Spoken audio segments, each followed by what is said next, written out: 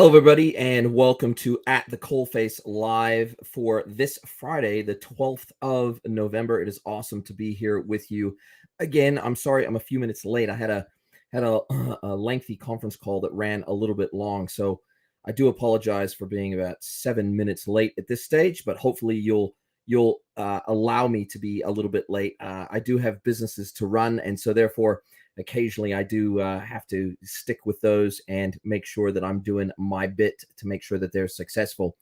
But it is awesome to be here with you as I am every single Friday.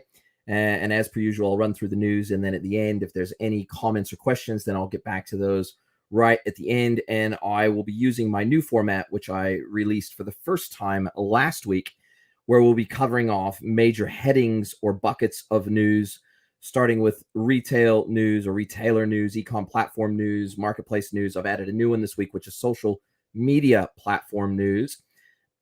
Pardon me. And then I'll also get into some financial news. I'll get into some generic or sort of various other news as well, which typically covers off anything I have been working on from a content perspective. And then we'll come back to your questions and comments at the end. So awesome to be here with you guys today, as I am every single Friday. And let's get stuck in. Well, the first piece of news has absolutely nothing to do with e-commerce, has nothing to do with digital. It has to do with this little thing that you can see right here on my ring finger. Yes, that's right. I am officially off the market. I'm officially married my sweetheart of nearly 5 years, Sarah, this week in a backyard lockdown ceremony. Had a very, very small group according to lockdown rules, but it was fantastic. It was here on our property here in Auckland in Massey, and we had beautiful weather. We've been having terrible spring rains, and the weather came right just in time for our wedding day, and it went along swimmingly. We had a few very close family and friends here, and that was about it. So it was a short and sweet wedding ceremony, and it feels good to finally be married and be able to move on with our life as a married couple. So my fiance was named Sarah, and now she's Sarah Greenwood. So she was Sarah Young, and now she's my wife, and she's Sarah Greenwood. So awesome to be a married man. It feels super exciting. So that's my biggest news of the week. But because we're still in lockdown, obviously we're not going to be going on a honeymoon anytime soon. So that's why I can be here with you today with the At the Coalface live session. So at some point in the future, I may have to skip one of these sessions if I'm on holiday, if I'm on honeymoon, because I highly doubt that my lovely wife will be too pleased if I take a break from my honeymoon to join you guys for a live stream. In any case, let's move on with the rest of the news of the week. And we'll start out with some retail news. And that is that the first news item is that fashion chain Rod & Gun, they've just recently opened a bar in Melbourne. And this comes from Inside Retail. And of course, Rod & Gun is a Kiwi fashion label originated here in New Zealand. And they've introduced the Lodge Bar, its first experiential retail location in Meyer Chadstone, and it's located alongside the Rod & Gun concession at the department store. The Lodge Bar delivers a multifunctional retail experience where customers can browse the brand's latest retail collections and enjoy wine and food at the same place. The Lodge Bar Meyer Chadstone spans 90 square meters, housing a terrazzo bar with lavish seating zones. The store design features oak wood flooring, wool rugs, tan leather, and brass accents. Food menu is crafted by renowned chef Matt Lambert. Master sommelier Cameron Douglas, the Lodge Bar's head of beverages, was tasked with curating the wine list. And the bar's offerings include an array of renowned New Zealand spirits, premium cocktails, and craft beer from Garage Project, and wines from family-owned producer Peregrine.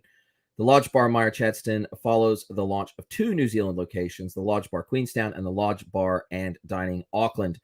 Now, it's interesting to see how these various different retail brands are incorporating experiential retail into both their physical experience as well as their online and digital experience.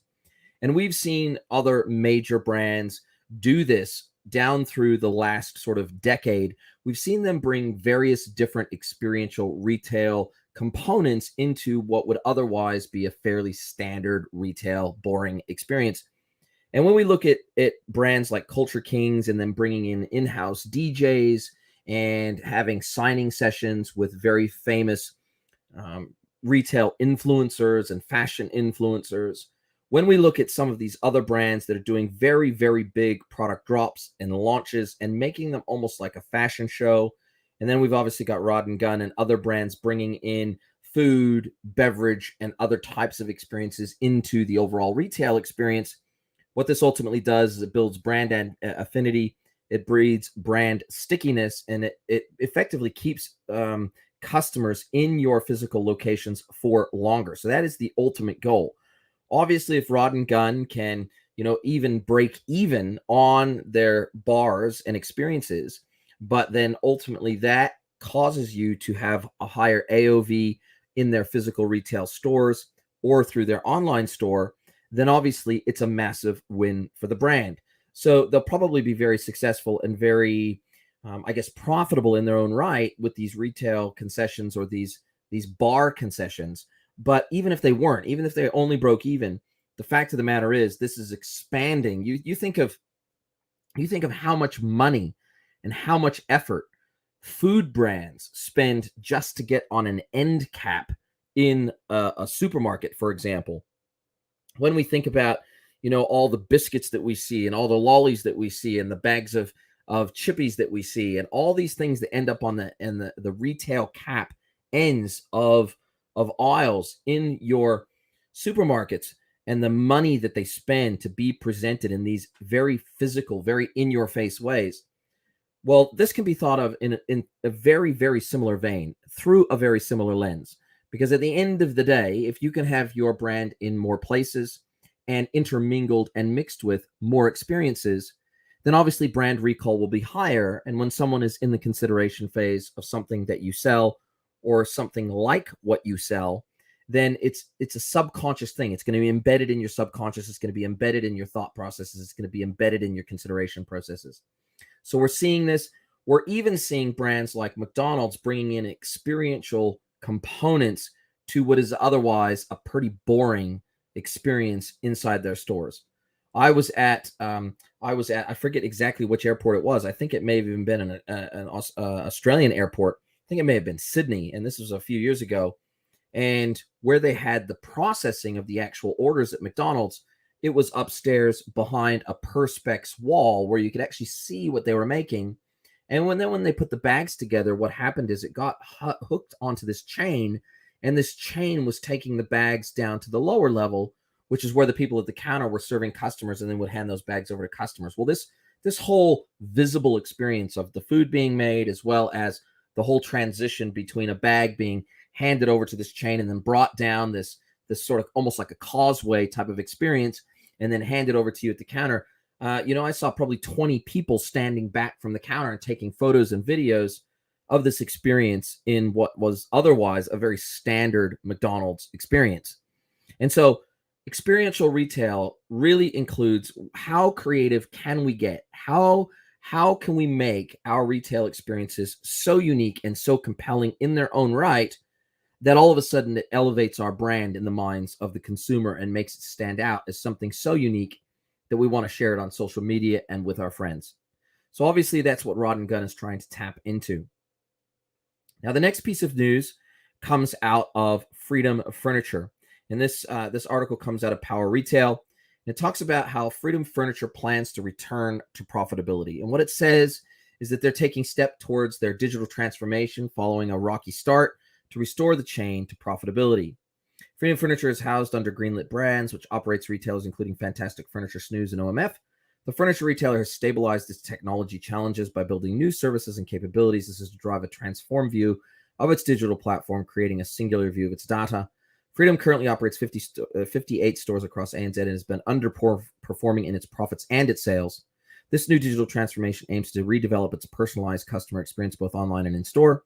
Freedom is using Boomi to assist with the digital transformation, which has replaced its legacy on-premise system with a more up-to-date SaaS application. While it's traditionally been a bricks-and-mortar business, the importance of having a fully operational and easy-to-use online platform is sacrosanct in today's age.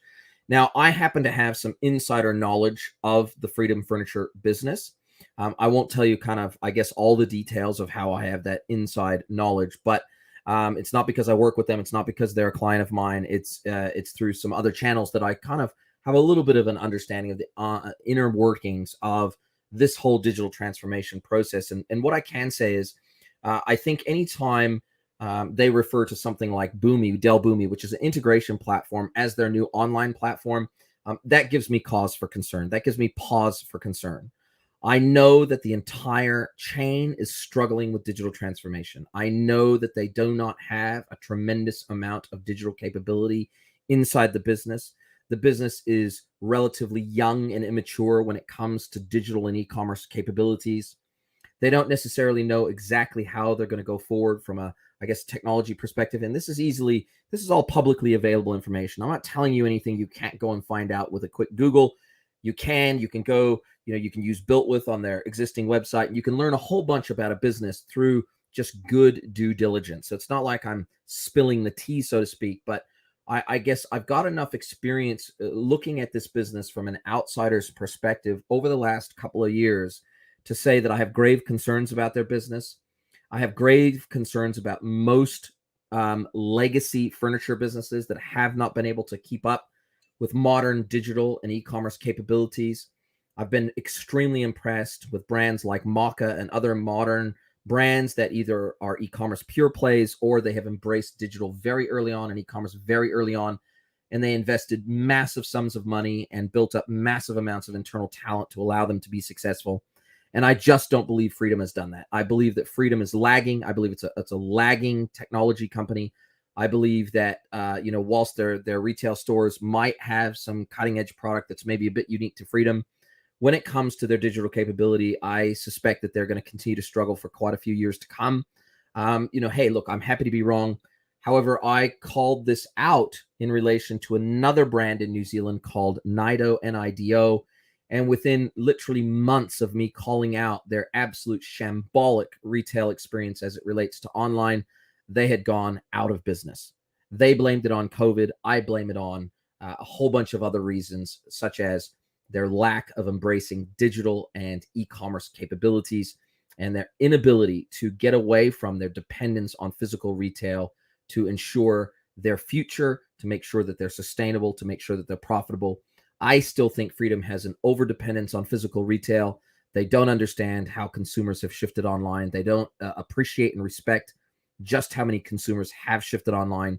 And until they come to that realization and until they really make a wholesale mindset and brand shift internally towards a digital focus, I think they're going to continue to struggle. But watch this space. It's going to be very, very, it's going to be a good learning experience. It's going to be very instructive. It's going to be very instructive for those of us that work in e-commerce, that work in digital. We have to have these examples in the market of brands that do digital and e-com really well and brands that don't do it so well. And those brands that don't do it well can become a cautionary tale to the brands that are trying to do it well. So I wish Freedom Furniture all the luck in the world in terms of their digital transformation, but I think they've got an uphill slog. So good luck to them. I wish them all the best. Now, the next piece of news is e-commerce platform news, and that is that Xero builds a native integration with Shopify. So recently, just a couple days ago, Xero announced that they have built an in-house, out-of-the-box native integration with Shopify. It's now available, and I've confirmed this. It's now available in the Shopify and Xero app stores. This integration, as soon as it's installed or as soon as this app is installed, it automatically starts syncing transactions from Shopify to Xero. And it allows really small merchants to do proper cash flow reporting, forecasting, analytics. It also supports easy bank reconciliation of all these online transactions. Now, what it doesn't do, which some of the third-party integrations between Shopify and Xero do, is it doesn't bring in things like inventory. It doesn't bring in things like pricing and SKUs and various other product information from Xero if a brand has that information in Xero in the first place. But it certainly is a fantastic first step. It's a free integration. And at the end of the day, many Shopify merchants will be needing to sync their transactional and financial data down to Xero. And this allows them to do that without any third-party costs or technology or complexity. And then once they go beyond that, then they can implement something like an A2X or some of the other more deeper, more broad integrations between Shopify and Xero. But this just shows the value and importance that Xero places on out-of-the-box plug-and-play integrations with other third-party platforms. So I congratulate Xero on getting there. They say that they will support that integration if customers have trouble either installing or configuring that integration and getting it up and running. They will support that in-house. So congratulations to Xero. And it would not surprise me to see further integrations built by Xero now that they've got this experience in-house of building this integration with Shopify. With minor changes, similar integrations could be built with the likes of BigCommerce and VTEX and various other e-commerce platforms in the market that are SaaS platforms. Now that they've got that experience and that capability under their belt, I have no doubt that sometime in the next 6 to 12 months, we'll see further integrations come out of internal development within Xero. So congratulations, Xero. Congratulations, Shopify. And good luck. I hope this works really, really well for you. Next piece of financial news is that BigCommerce has smashed its third quarter financials. And there's a few things I want to call out here, but I'll read out some of the salient points that they announced on their conference call, on their earnings conference call. And that was that total revenue was $59.3 million, up 49% compared to the third quarter of 2020. So the year ago quarter, they are up. They're up 49% versus the year ago quarter. Now, this is a little bit deceptive in the sense that if you didn't know some of the acquisitions that they've made, like Feedonomics contributed something like $6 million to their revenue for the quarter. So if you took that, if you back that back out, then that would obviously erase something like 10% off of their revenue. So they've made some smart acquisitions. It's already starting to contribute to the bottom line. So good job, guys. 49% up revenue in the year-over-year quarter is nothing to sneeze at. So well done. Total ARR as of September 30th, 2021 was $253.5 million, up 52% compared to the September 30th of 2020. Subscription revs were $42 million, up 59% compared to the third quarter of 2020, so the year-over-year quarter. ARR from accounts with at least one enterprise plan or enterprise accounts was $159.9 million as of September 30th, up 78% from September 30th of 2020. On an organic basis, enterprise ARR was up over 50%, and incremental quarter-on-quarter enterprise ARR grew at nearly 3 times the rate of just 7 quarters ago. Now, this next component of the earnings is the one that really stood out to me, and this is that ARR from enterprise accounts as a percentage of total ARR was 63% as of September 30th, 2021, compared to 54% as of September 30th, 2020. Now, what that means, just to put this in layman's terms, is that nearly a 10% increase year over year in terms of the enterprise value of revenue. So enterprise accounts, meaning accounts that are using the enterprise plan of BigCommerce or the new B2B edition plan, which is enterprise plus some, that now constitutes 63% of total revenue. So it means that BigCommerce's efforts at moving up the value chain, of moving up the enterprise software stack, that they're seeing some success. They're seeing some wins there, nearly 10% increase year over year. Absolutely massive as a percentage contribution of total revenue. Now, ARR from accounts greater than 2,000 in ACV, annual commercial value, was $222.3 million as of September 30th, up 65% from September 30th. So, in other words, once you get over 2,000 ACV, you can almost always assume that that they're starting to get into that. They're starting to penetrate that enterprise commerce stack once you start getting up to those annual costs for merchants. ARR from accounts greater than 2,000 in ACV as a percentage of total ARR was 88%. GAAP gross margin was 79% compared to 78% as of September 30th, 2020, which means they're very slightly more profitable than they were last year. Now, they did manage to lose around $20 million this quarter, and that's up nearly double. I think it was around $10 million in the year ago quarter. However, as I've said elsewhere in my content, this is to be expected when you have a brand like BigCommerce that's, a scrappy, smaller competitor brand that is trying to take market share from other e-commerce platforms like Shopify and others. They're spending a lot of money on sales, on marketing, on product development. So this is to be expected, and they have plenty of cash in the bank due to their IPO. So I certainly don't have any concerns about them going out of business anytime soon.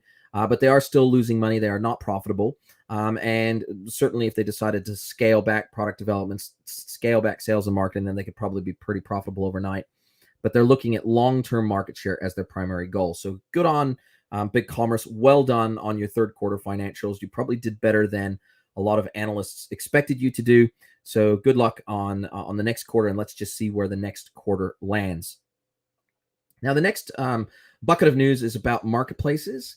And the next news article came out of Internet Retailing. And this is that TradeMe, which is New Zealand's largest online marketplace, could be heading towards a $3 billion IPO. And it says that this article said that TradeMe is believed to be mulling its options for a $3 billion public offering next year, according to the Australian. And the Australian is pay gated, so you can go and check out this full article on Internet Retailing. And according to the newspaper sources, the business owner, which is London-based private equity firm Apax Partners, will soon call for proposals from investment banks for the potential listing. Now, for those that don't know, TradeMe used to be privately owned by the Morgan family, and then they sold themselves off to several different private equity partners over the years, and it's changed hands over the years a few times. They have failed to really, I guess, address the massive threat that Facebook market poses to them. They have left the technology of the platform largely untouched over the last decade plus. The online experience through TradeMe hasn't changed much over that decade. The user experience is very legacy, and all of these private equity companies where TradeMe has changed hands has pretty much used TradeMe as a bit of a cash cow, and that's about it. They've done some acquisitions of some other online properties and nested it underneath the TradeMe brand, where you can access those other online properties from the TradeMe portal. But in general, the TradeMe experience is tired and it's long in the tooth. However, they don't really have credible competition in New Zealand from any other major marketplaces except The Market, which is another major marketplace in New Zealand, but they deal in exclusively new goods, whereas TradeMe deals in both new and secondhand goods as a peer-to-peer marketplace. So let's just see what happens here. In the news article, it called out that TradeMe chief executive Andrew Sko told Stuff that there are no immediate plans for Apax to take the business public, and that for now it's business as usual. TradeMe is New Zealand's biggest auction and classifieds website, and a potential float is rumored to be worth $3 billion or more to Apax, which bought the business in 2019. So obviously Apax looking to cash in their chips on TradeMe. Let's watch this space.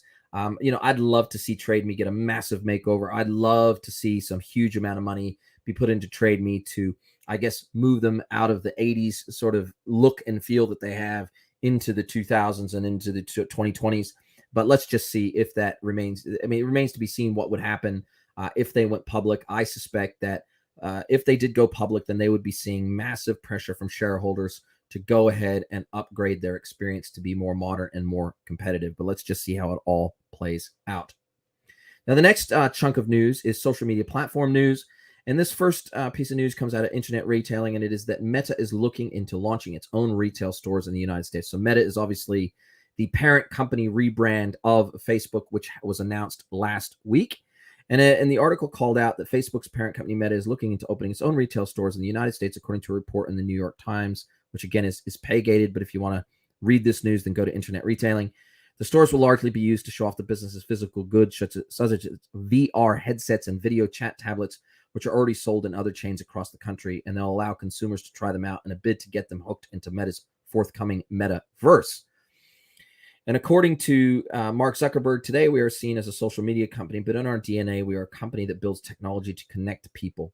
And the Metaverse is the next frontier, just like social networking was when we got started. And according to a report in CNBC, the first Meta flagship store is likely slated for Burlingame, California. The store is likely going to be called the Facebook Store, though it remains to be seen if this will still be the case after its rebranding to Meta. Now, I also happened to listen to an interview this week between Gary Vaynerchuk and Mark Zuckerberg, and it was on Gary Vaynerchuk's podcast, The Gary V Audio Experience. And if you haven't had a chance to listen to that yet, if you're at all interested in what this whole metaverse thing is about and where Meta is planning to take us, then it's well worth a listen. What came through loud and clear in that interview to me was the fact that Zuckerberg himself doesn't necessarily have a locked down, rigid idea of what the metaverse is going to look like underneath his company's banner. However, what they are looking to do is to hire the best, the brightest, and the youngest, I guess, in many respects, in the game to build out the future of this next computing platform to replace the mobile device.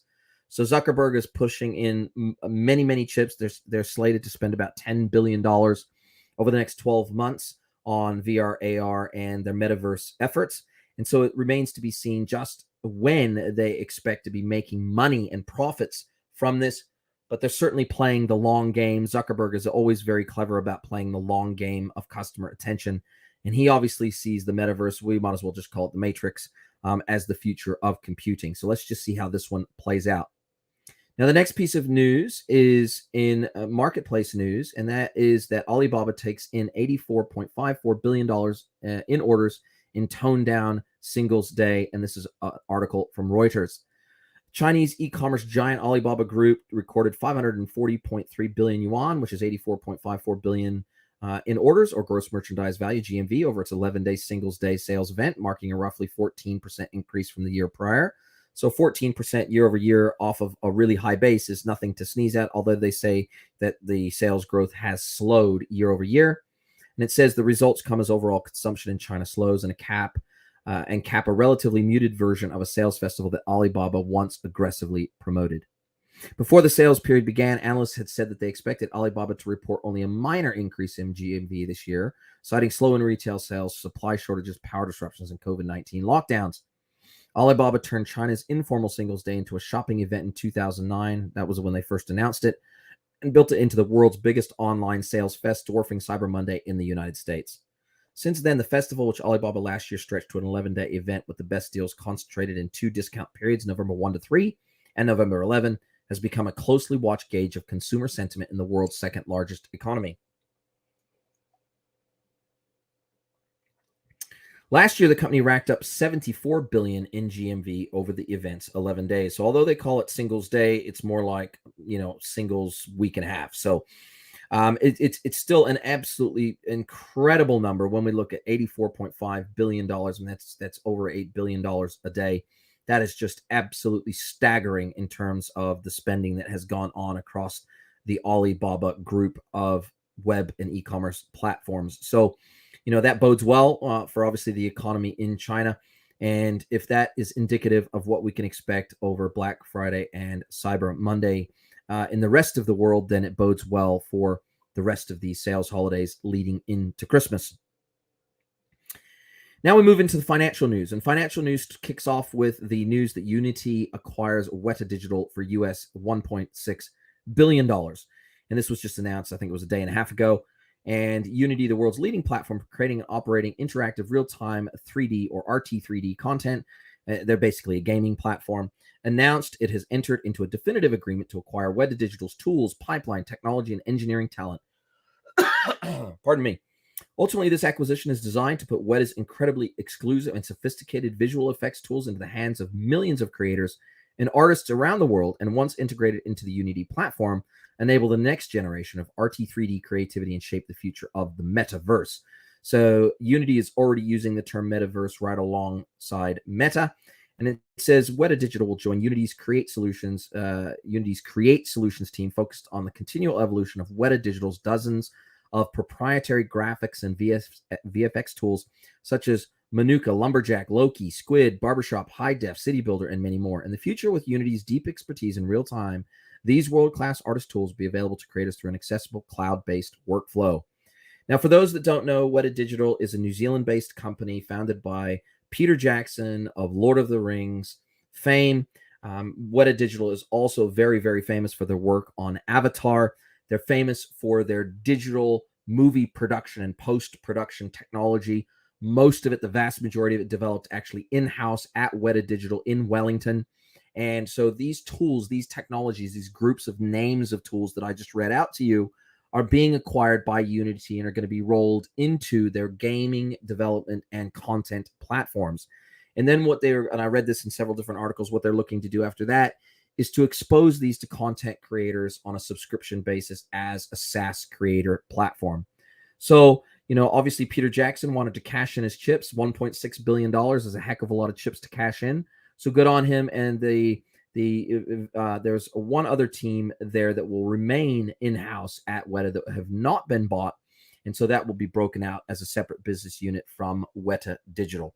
So the Weta FX team will continue to accumulate. It says a library of thousands of incredible assets that the Weta FX team will continue to accumulate as they create world-class VFX in the years to come. So congratulations to Weta, and hopefully they stay based here in New Zealand.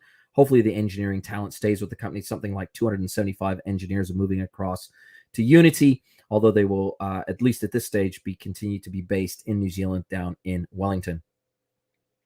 Another piece of big financial news this week is that Treasure Data, which is a globally well-known CDP or customer data platform, it raised $234 million led by SoftBank, accelerating their growth beyond marketing vision. Now, what was interesting about this announcement is that prior to this announcement, I had never heard of Treasure Data, which in itself is surprising because I'm pretty familiar with most of the major CDP platforms in the market. But then the other piece of news is the fact that this is the largest ever funding round for a CDP. Now that's phenomenal, considering the mass consolidation and the massive M&A activity we've seen in the CDP space over the last 18 months. For this to be the largest funding round ever is just frankly surprising. And SoftBank, yet again, right at the forefront of this investment. And they said, they came out and said that founded in 2011, Treasure Data connects all data into one smart customer data platform, uniting teams and systems to power purposeful engagements that drive value and protect privacy for every customer every time. Now, this was spun out of ARM was acquired by NVIDIA, and ARM was the original owner or bought Treasure Data. I think it was in 2019 they originally bought Treasure Data as an internal platform, an internal customer marketing platform at ARM. Then ARM was acquired by NVIDIA, and now NVIDIA is spinning Treasure Data out as a separate business, and therefore they were able to get this funding as a standalone entity. So I know it's a bit confusing, but CDPs are running red hot. They continue to be red hot, and significant investments continue to be made in CDP platforms. So definitely watch the space on this one. Now, the final piece of news of the day is that my podcast episode 104, which is the At the Coalface podcast, is just dropped yesterday. It was an amazing podcast episode. I really enjoyed it. And that episode is talking e-commerce, product customization, and personalization with Shadi Talib from Spiff 3D. And that was released yesterday. Go and check it out if you haven't. It is a walk down memory lane for me when I first re-entered the e-commerce agency space after selling my e-commerce pure play business many years ago. My first large significant client was a personalized gift and product website and a brand. And so it was really interesting because at that time when they were my client, I took a tour of their warehouse. I took a tour of their production operations. I started to understand how their technology weaved the customer experience around product personalization and customization into back office fulfillment and customization technology and manufacturing equipment. So it was an awesome walk down memory lane with Shadi, and it's amazing to see how far this technology has come over the last decade. And Spiff has turned this into a democratized SaaS platform that is accessible to almost any merchant to personalize almost any product. So go and check out the episode if you haven't already. It is an absolute cracker, and I had a fantastic time in my walk down memory lane.